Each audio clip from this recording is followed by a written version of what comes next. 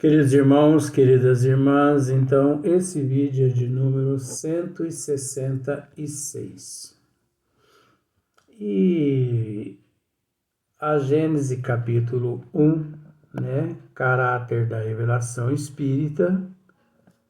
E sei que nós ainda temos, né, muita coisa pela frente.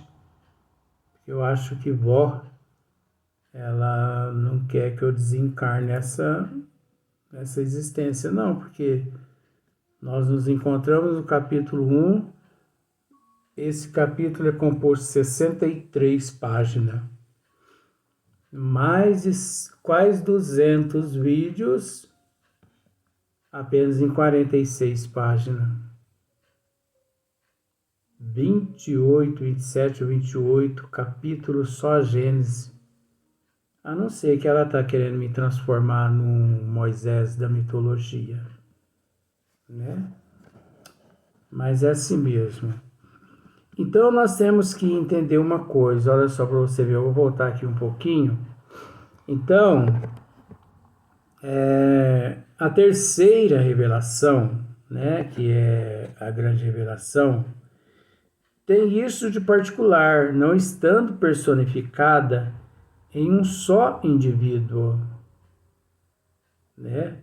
Porque a terceira revelação, ela não encontra-se personificada em um só indivíduo, como no caso é Moisés e também como no caso Jesus, né? Então nós podemos voltar agora a tratar também do continente africano. Então você se lembra que na condição de Moisés ou de Jesus, né, as orientações passaram só pelo sul da África.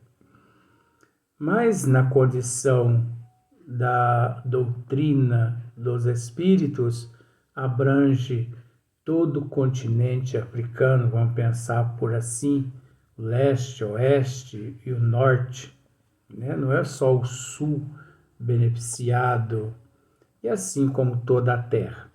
Então surgiu simultaneamente milhares de pontos diferentes que se tornaram centro ou focos de irradiação. Graças, surgiu simultaneamente em milhares de pontos diferentes, graças à mediunidade. Então, a terceira grande revelação, ela não encontra-se personificada no homem, em um homem, 2, 3 homens, né? E sim na humanidade toda, se utilizando os espíritos das faculdades as quais todos nós possuímos, que é a mediunidade, os dons mediúnicos. Muitas pessoas podem dizer, mas eu não sou médium. Nós não vamos discutir com as pessoas que dizem que não são, mas nascido de mulher aqui na Terra, como já dissemos em outros vídeos, todos nós somos médios, uns mais, outros menos ostensivos, né? Uns captam mais, outros menos, mas todos beneficiados pela comunicabilidade com o mundo espiritual, né? Devido à imortalidade da alma, devido à preexistência da alma, né? E também devido à reencarnação. Então, os desígnios de Deus não focou apenas em um só homem, e sim em toda a humanidade. Tanto é, como nós já dissemos em outros vídeos, todos os desígnios das leis de Deus, né, as leis de Deus, espalhadas por todos os continentes, por todos os países, por toda a humanidade, mulheres, homens, idosos, crianças, jovens, moços, moças, todo mundo detentor de mediunidade, né? Você pode dizer, como já disse, mas eu não sou médium, eu não tenho psicografia, psicofonia. Você pode não ter, mas como já dissemos em outros vídeos, você não pode negar que você nunca recebeu uma inspiração, uma intuição. Todos nós já recebemos uma inspiração e uma intuição, quando não de um espírito malfeitor ou de um benfeitor, benfeitor. Então, como estávamos dizendo, por exemplo, uma pessoa lá no meio do deserto, eu tenho o costume de dizer assim, mensagem, isso é uma mensagem, a mensagem está aí. Porque eu sou sozinho. Isso é ignorância minha, porque ninguém está sozinho. Por que ninguém está sozinho? Porque existe a inteligência suprema, a causa primeira de todas as coisas, que é o único que nos compreende. Não devemos buscar compreensão, entendimento nas pessoas aqui no corpo físico. Não devemos exigir nada de ninguém. Não devemos cobrar nada de ninguém. Nesse sentido, você me entende? Você me entende? Você não me entende. Você não me entende. Isso é ignorância. Quem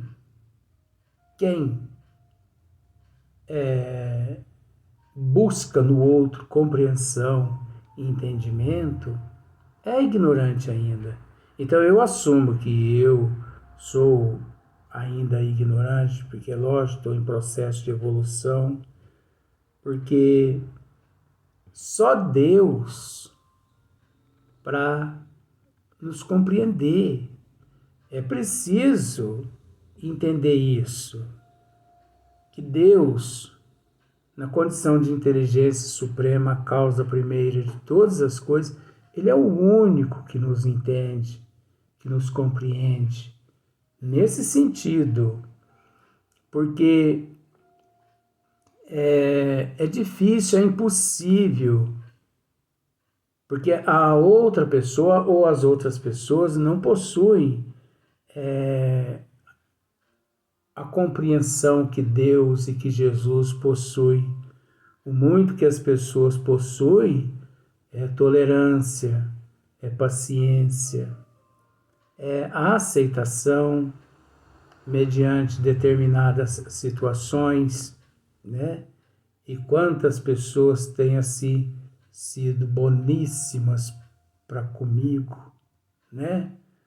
Tem sido anjos da guarda, enviado por Deus aqui à terra para poder me auxiliar, para poder me amparar, que eu não tenho o direito de apontar o dedo para ninguém,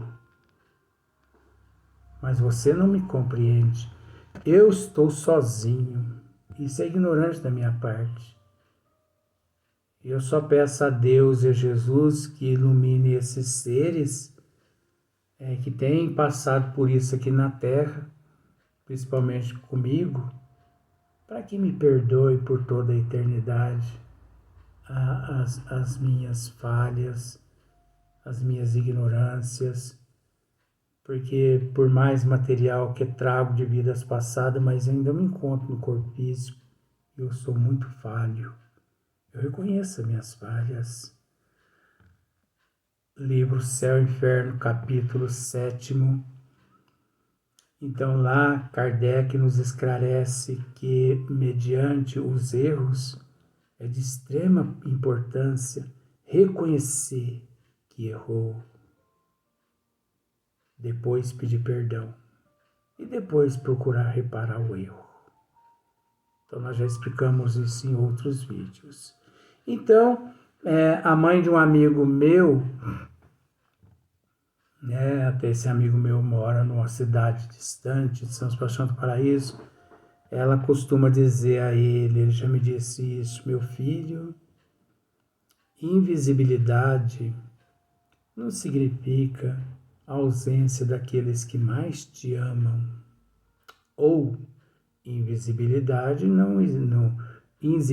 invisibilidade não significa a ausência daqueles que mais te odeia, que mais te detesta. É o caso dos obsessores, mas isso, quem nos esclareceu isso? Apenas Allan Kardec. Então, se nós pararmos para observar, surgiu, em milhares de pontos diferentes que se tornaram centros ou focos de uma radiação, multiplicando-se esses centros, seus raios se reúnem pouco a pouco, como círculos formados por uma multidão de pedras lançadas na água, de tal sorte que, em dado tempo, acabarão por cobrir toda a superfície do globo. Se nós pararmos para analisar,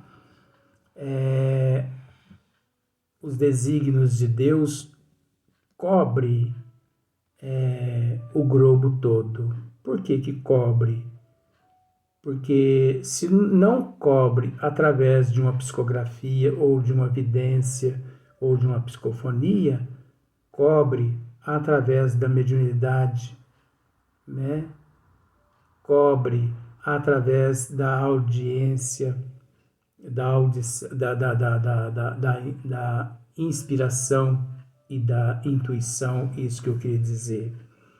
Porque são tantos nomes, são tantos termos que é difícil para a massa encefálica aqui. Então,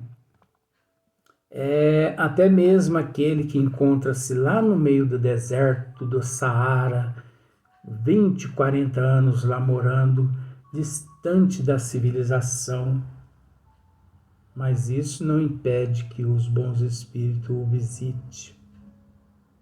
E também os espíritos sofredores o visitem. Ora, é a faculdade mediúnica deles. Não é porque eles se encontram lá no deserto do Saara que eles não são médios inspirativos e médios intuitivos. Nós temos que entender que com a codificação, com o advento do Espírito da Verdade, através da codificação da doutrina dos Espíritos, isso tudo nós aprendemos como sendo fato. Então, por que milhões de seres foram sacrificados, queimados, esquartejados, mortos em séculos passados, séculos, princípio do século XIX, em meio e princípio, século XVIII, século XIX, morriam-se muitos seres que eram tidos como bruxos, feiticeiros, hereges e por aí em diante, só pelo fato de deter a faculdade mediúnica. Então, vejamos, a doutrina dos espíritos, nós temos o que Kardec está dizendo aqui, é que as duas primeiras revelações, elas foram frutos do ensino pessoal, de dois seres humanos, Moisés e Kardec, e que por isso demorou um pouco mais a ser difundida, propagada, a chegarem nos quatro cantos do planeta, vamos assim dizer. E mesmo assim, onde chegaram as informações, chegaram todas distorcidas, porque foram tantos séculos que eles tiveram oportunidade de distorcer as leis de Deus deixadas, trazidas por nosso Senhor Jesus Cristo. Mas a doutrina dos espíritos, né? Então, ela não se personifica em homem nenhum. A lei de Deus difundida pelos espíritos. Então, não tem nada a ver com o homem. A terceira grande revelação é lei, né, de Deus trazida pelos espíritos. Então, olha só para você ver. Isto é, apareceram num ponto em tal, propagado pouco a pouco, foram precisos muitos séculos para atingirem a extremidade do mundo, sem mesmo invadir extremamente. A terceira tem isso de particular, não estando personificada em um só indivíduo. Aí você pode me dizer assim, mas a doutrina dos espíritos, ela não se personificou em Allan Kardec? Não, de jeito nenhum. Em momento algum, Kardec, na verdade, ele permaneceu no anonimato.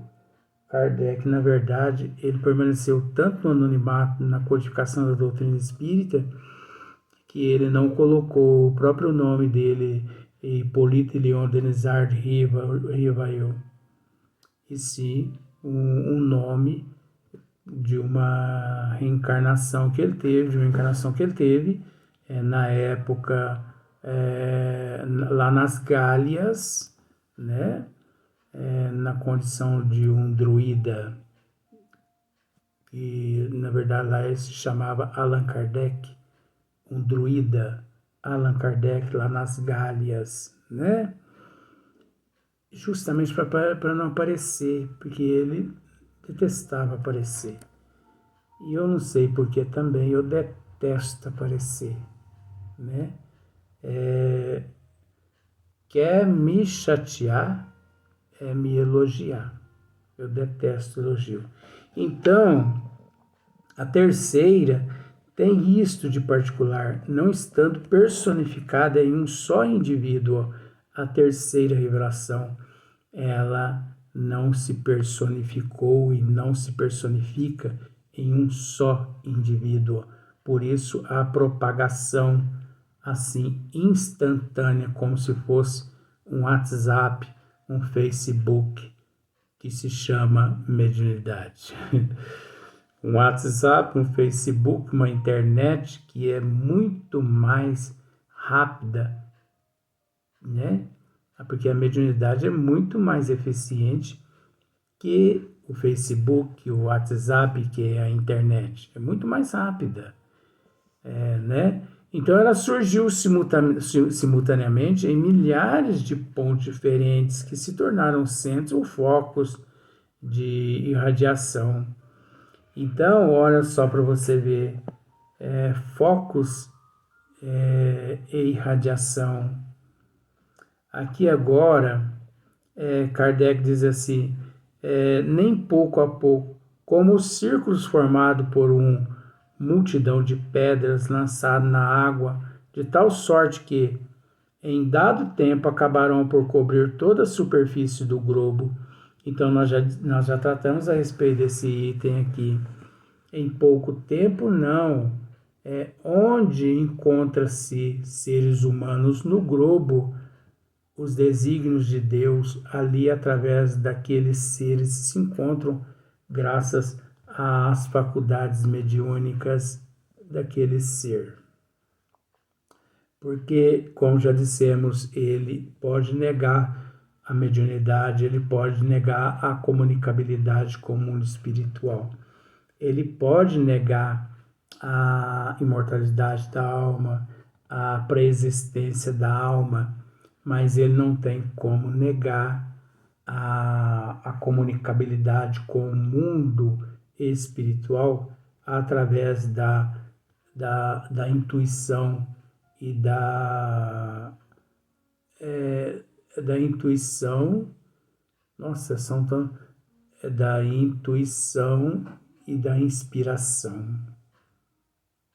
Então, a inspiração e a intuição são faculdades da mediunidade que acompanham o ser em teu processo de evolução e que não deixa também de ser um atributo da alma, um atributo do espírito, por mais que se irradica no corpo físico, mas tem origem espiritual, né? Porque nós temos que entender que a mediunidade ela é erradicada no corpo orgânico, no corpo físico, mas é um contrapeso, né? É uma alavanca, é uma ponte que auxilia o ser em processo de evolução. Então, eu tenho para mim que a mediunidade é um atributo do espírito, assim como todos os outros atributos que nós amealhamos durante a nossa trajetória evolutiva e milhões e milhões e milhões de outros atributos que ainda haveremos de conquistar através dos nossos esforços e através do tempo. Então, é uma questão assim de tempo e de evolução mesmo.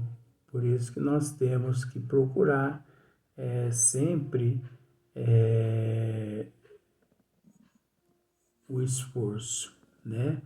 Então nós vamos para o próximo vídeo, mas você consegue entender assim, né?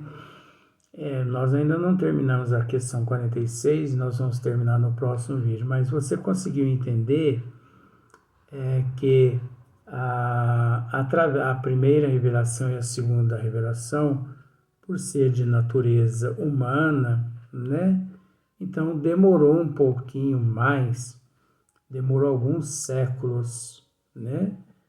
Para ser difundida, para ser propagada, diferente da terceira revelação, que devido ao o fato mediunidade, os dons mediúnicos e por todo mundo possuir, né, a faculdade, uns mais sensitivos, outros menos, em questão de horas, em questão de dias, em questão de minutos,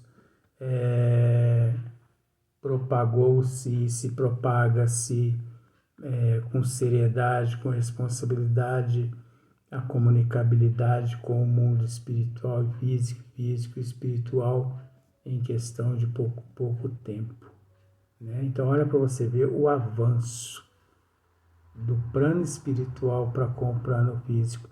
Mas isso é preciso entender também que semelhante atrai semelhante. Se a doutrina surgiu no ano de 18 de abril de 1857, é porque a humanidade já se encontrava preparada para recebê-la, porque a doutrina veio no momento certo, nem mais e nem menos. Vamos dar sequência, mas no próximo vídeo.